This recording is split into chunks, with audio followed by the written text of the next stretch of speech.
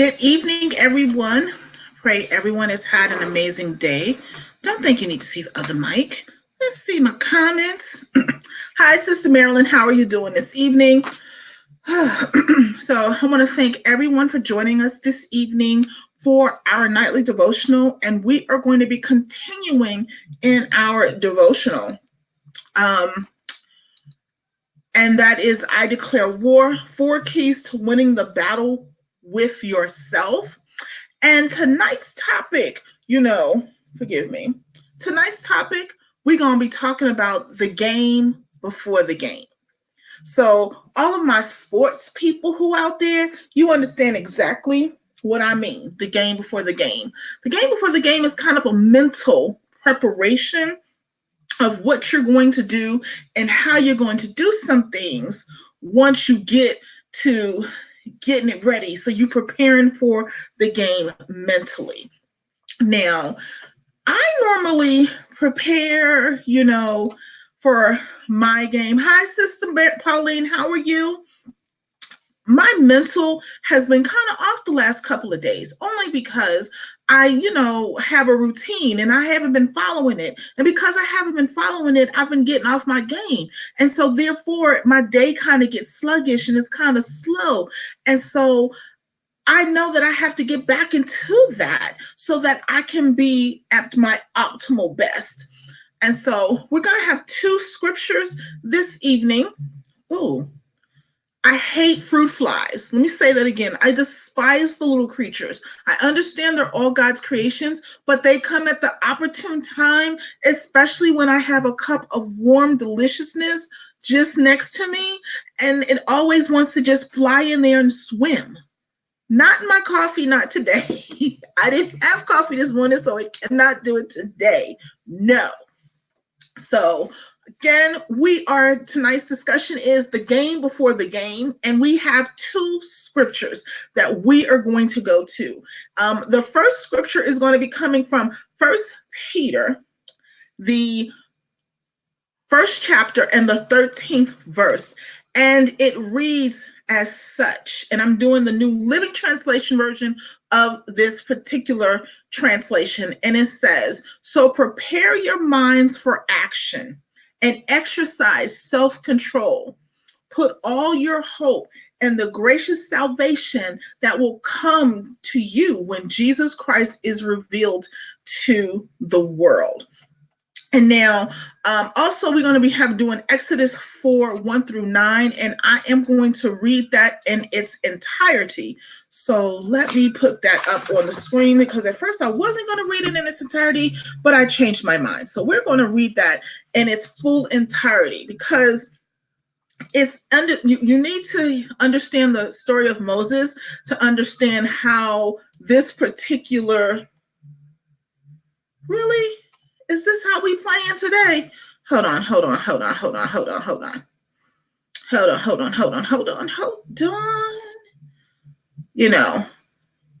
got time, this little gremlin.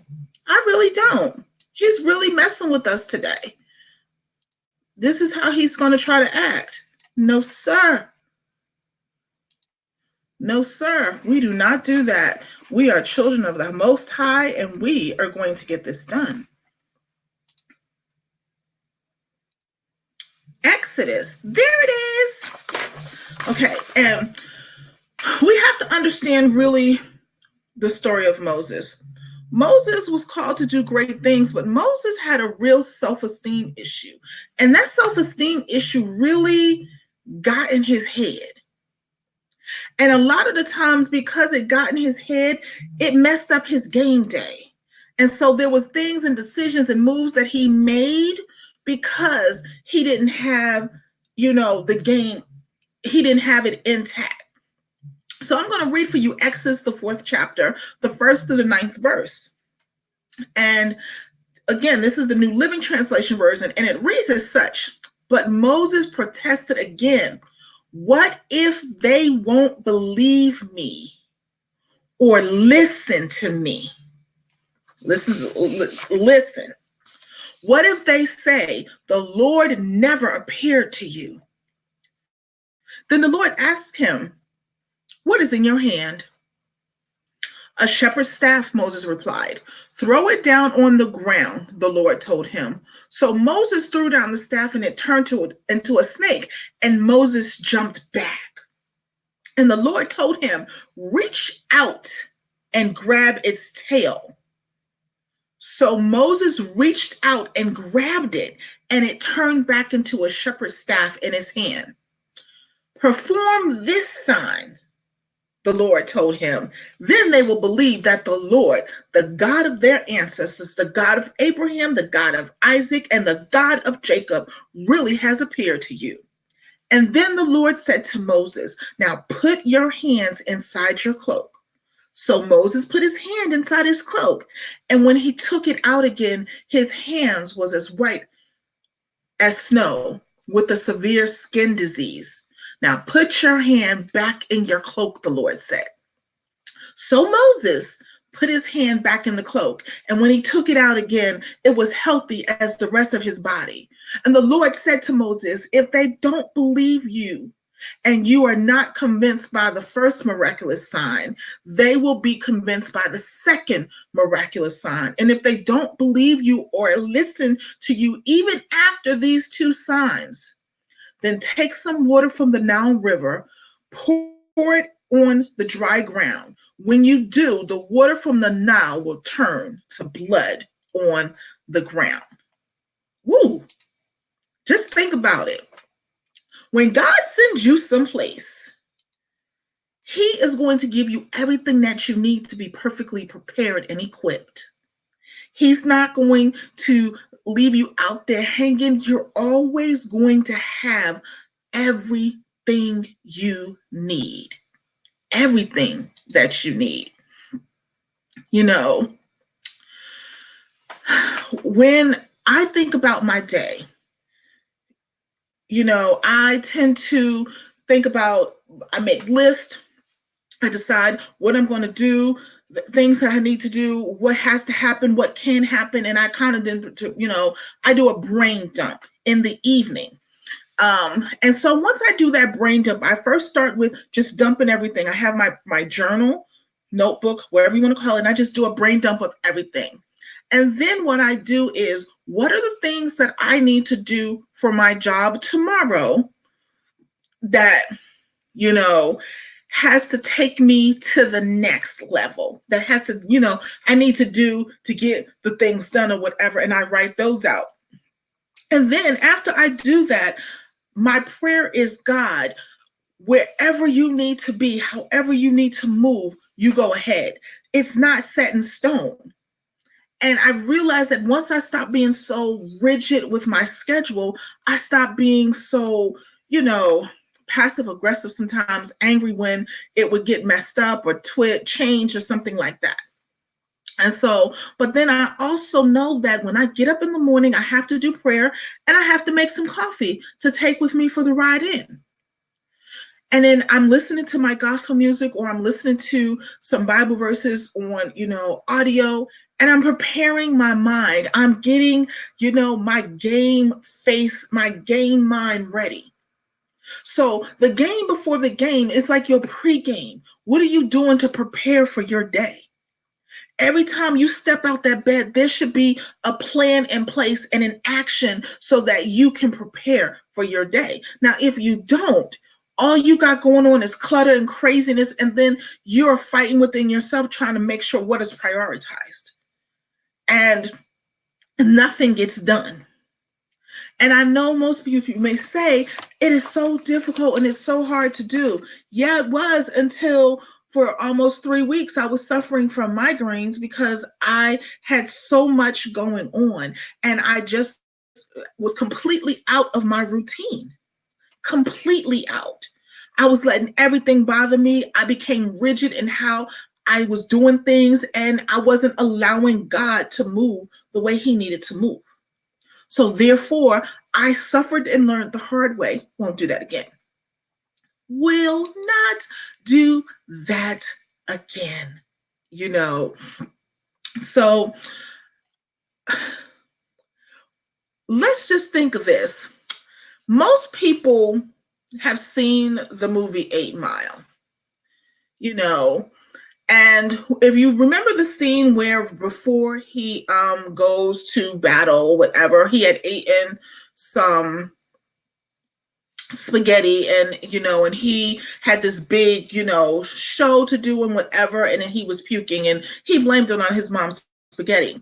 Well, I know there was a point in my life when I would get so terrified to get up there to minister in song or to do a solo or to direct the choir. And it was like, I know this was a gift that God had given me. I knew this is where he needed me to be, but I would just be so out of sorts in doing it.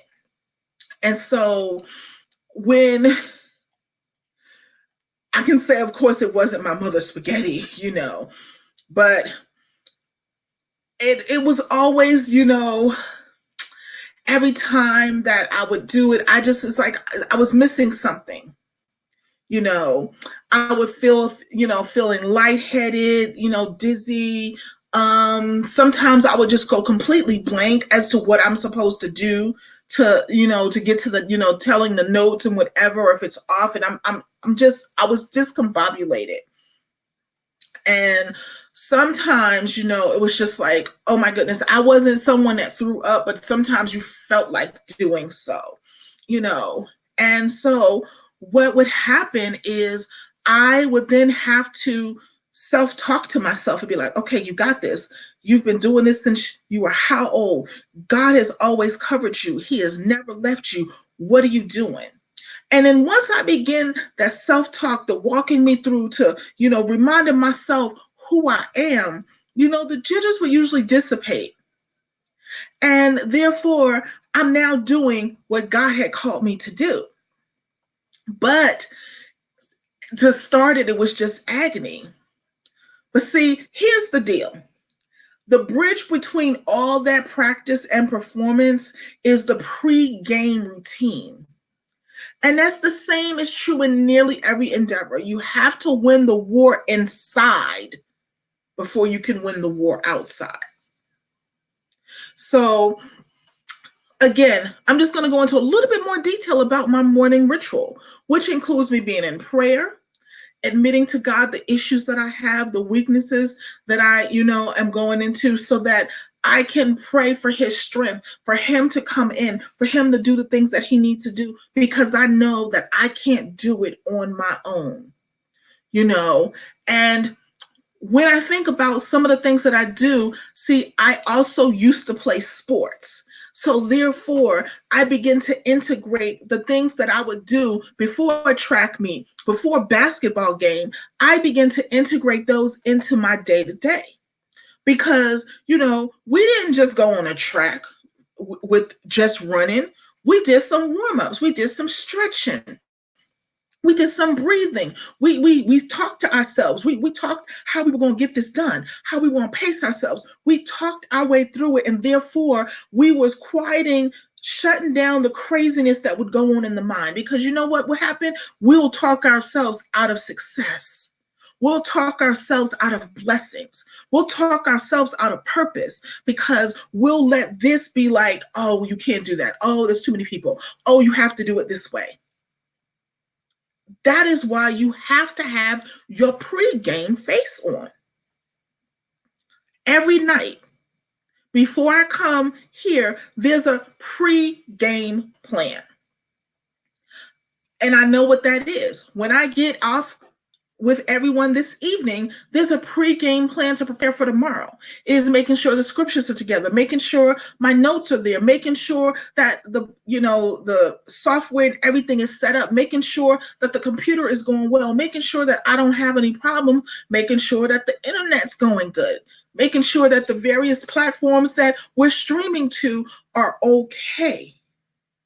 But that is all a part of the pregame. That's all a part of preparation, so that when the time comes for us to go live and for us to discuss the word of God, I'm not like, okay, what's going on? Does things happen? Absolutely. But you know what? In the pregame, I've already accounted for it.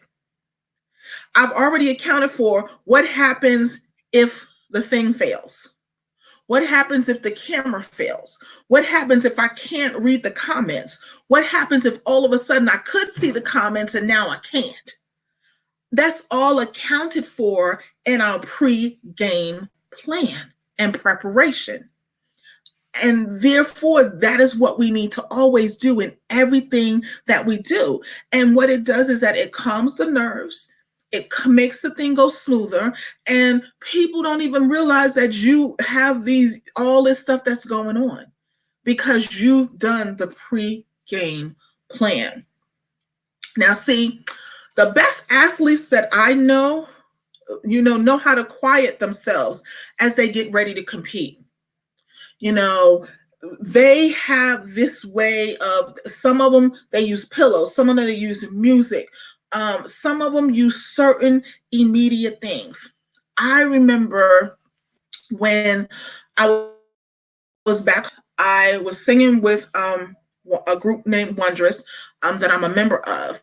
And my pastor back home would say, no talking. We would not be able to talk, before preparing. He was like, you need to be in prayer. You need to be relaxed. You need to be focused to worship.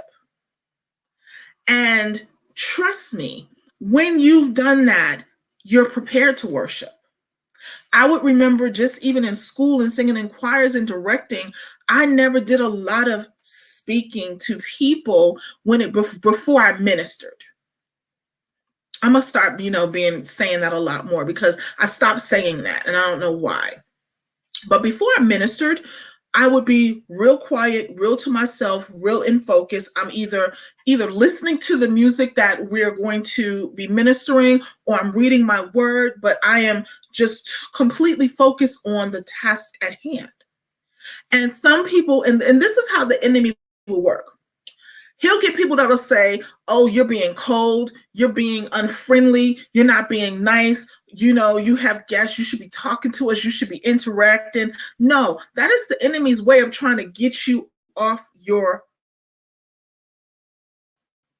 mark. And you're not in tune or listening to what God is telling you to do. And this is not just in the ministry realm, this is just in everyday life.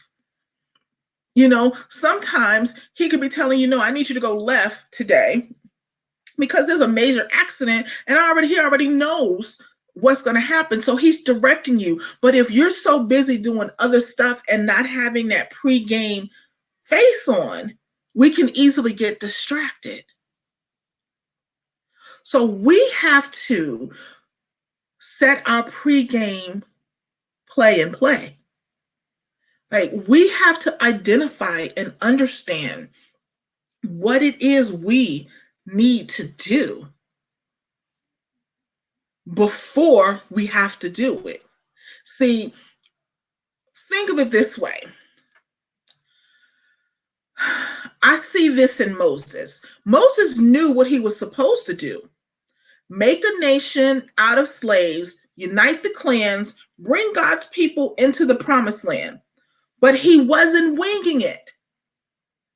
Think about it. He didn't wing it.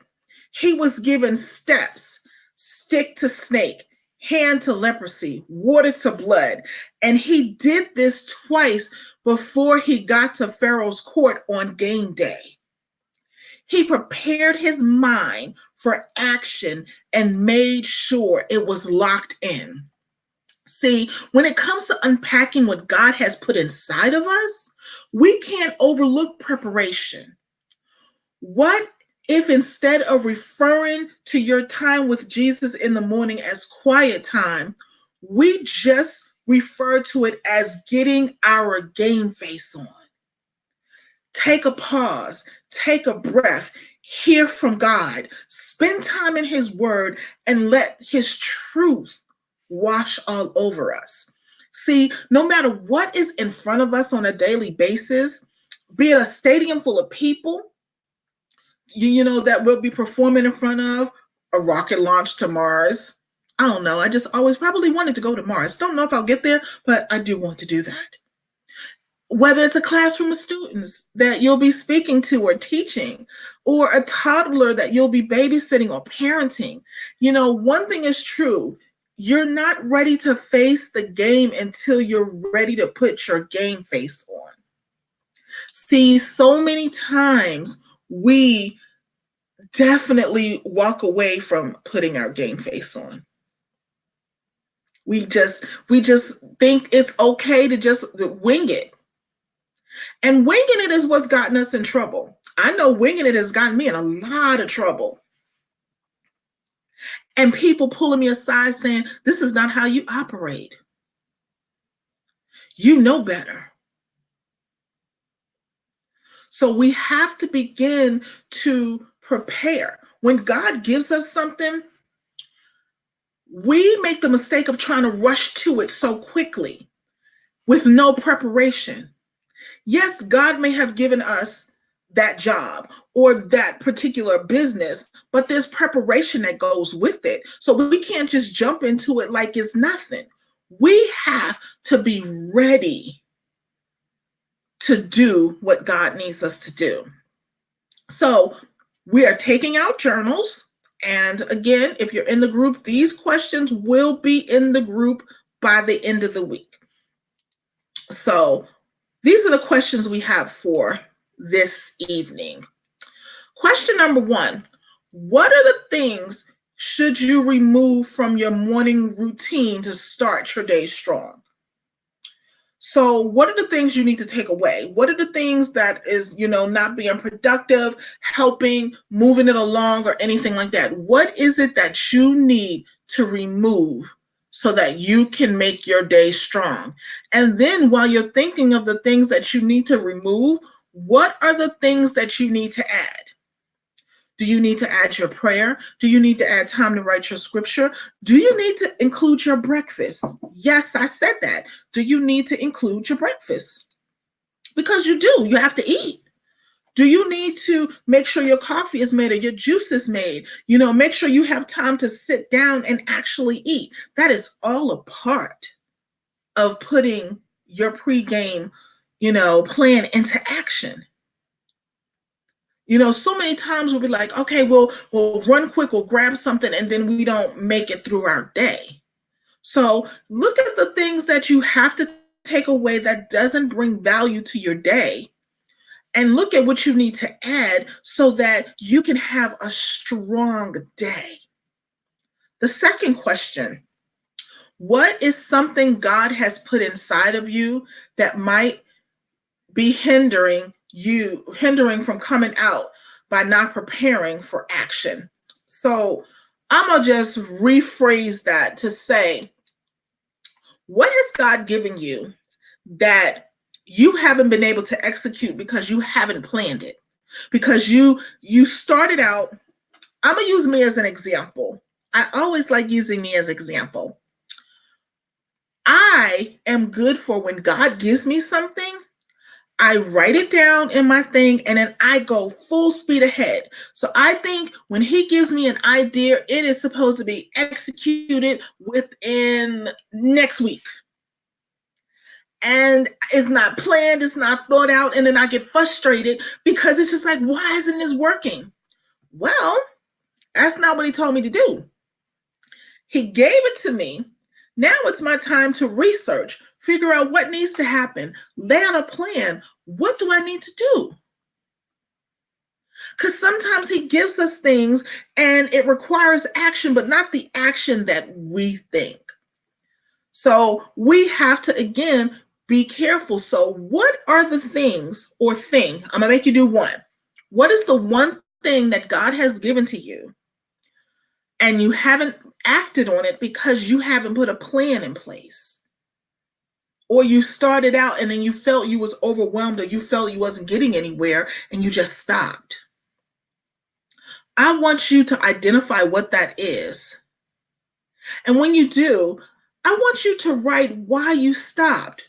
What was the frustration? What was going on around the time? And you'll see what was going on. And then what I want you to do is then write out the plan of it. Do the research on it. Talk to God. Have him guide you. He'll tell you when to stop. He'll tell you, okay, that's good for this phase. But you have to consult him. You have to, have that relationship with him. And, he has to be a part of your pre-plan. He has to be a part of your pregame plan, because if he's not, it's never going to work. You are never going to win the game. I don't care what no one says. You're never going to win the game if he is not a part of your pregame plan. Plain and simple. Plain and simple.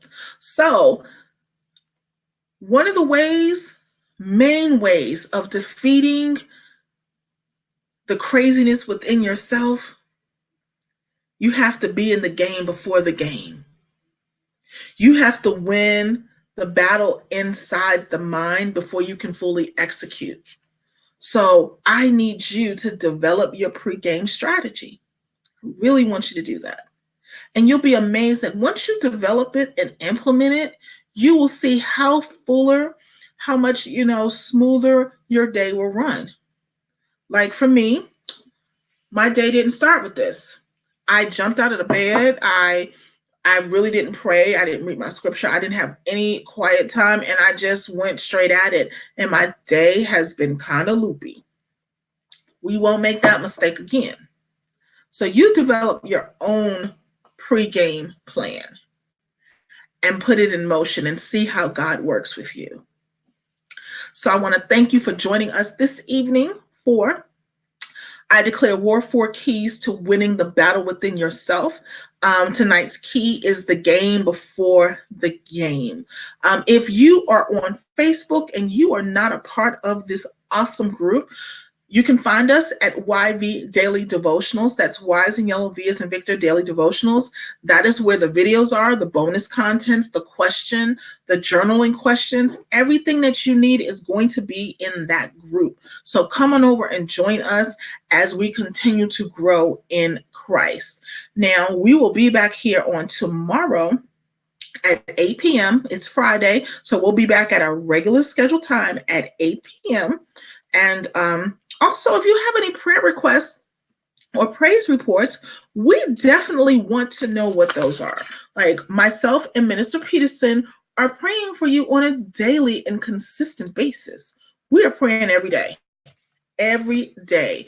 And so therefore, we want to know what those specific sometimes requests are, because things sometimes come up and you may have prayed, but you may just say, you know what, I'm tapped out. We're here. We're praying for you every day anyways, but we want to know what those special things you may need. And we also want to celebrate in your praise reports, because God is doing such awesome and amazing things.